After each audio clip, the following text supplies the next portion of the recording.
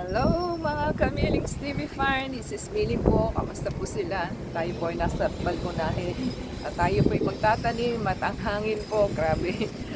Makali pa rin ang ating mga gamit dito. So yan po ang ating i-share sa inyo, ang ating mga pots na nabili sa walang iba sa Walter Mart at saka sa Ace po. Ito po is isang dangkal, sobra sa isang dangkal at sobra rin po sa isa't kalahating dangkal. Ganun po siya kalaki. So 79 pesos, meron po siya butas at meron din po siya blade. At ito po ang isang ating pot. Nililipad, ano ba yan? Baka tayo kabila po ng ating mga plantitas na pots. So yan po ang ating isa pang pots, same lang po sila, color lang. Ito po, color lang po sila nito. At meron po tayong pots na parang isang dangkal lang siya, pero sobra sa isang kalahating dangkal. 59, pero wala po siyang plate. So, ang maganda po dito is ito po ang ating nabili. Iba po yung kanyang design. Parang isang dangkal, pulos isang dangkal, pero ano po, may plate siya. Mas mahal po itong green, 79. So ito pong red is 69.75 at may tray po siya.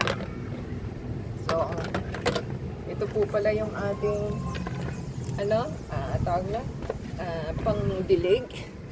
Nag-sample po tayo ha para makita nyo po.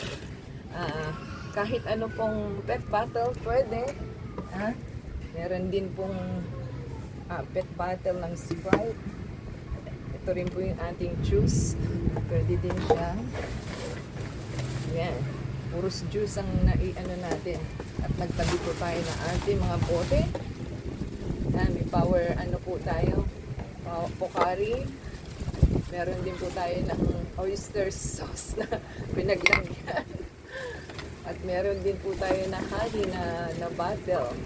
So, yan po ang ating mga bottle na secure. At ito pa ho, 10 pieces po sila. At meron po tayo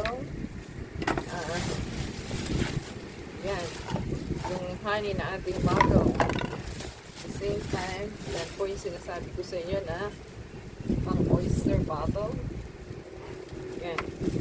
So, nilagyan po natin ng lupot. Ayan.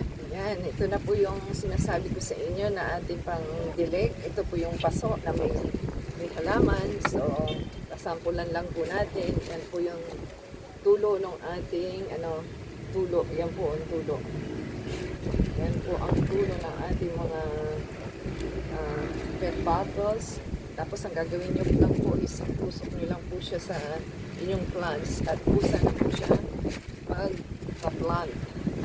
Magdidilig. Ano ba yan? Diba? Powerful, diba? So, ganun lang naman po. Itusok nyo lang po sa inyong halaman. Pwede na po kayong umalis ng hindi nagbakasyon po sila. Pwede na po yan. Ganyan lang naman po yun. Yan, ganyan. Diba? Powerful na po ito. At meron na po kayong pangdilig.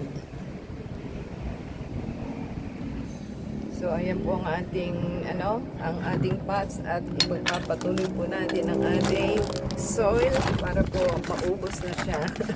At marami pa po tayong itatanim. So, try lang po nating halu-haluin para ma-mix natin ang ating soil. Ito po yung organic na ating ginawa nung isang araw. So, nakabili po tayo ng bagong soil kasi parating na po yung ating ornamentals. So, atin pong ilalagay muna sa ating mga pots. Try lang po natin. Ayan, naka one down na po tayo. Ito na po yung ating unang ginawa. At second na po tayo. Ayan, atin pong binubuksan yung ating natirang one soil na hindi natin nagalaw.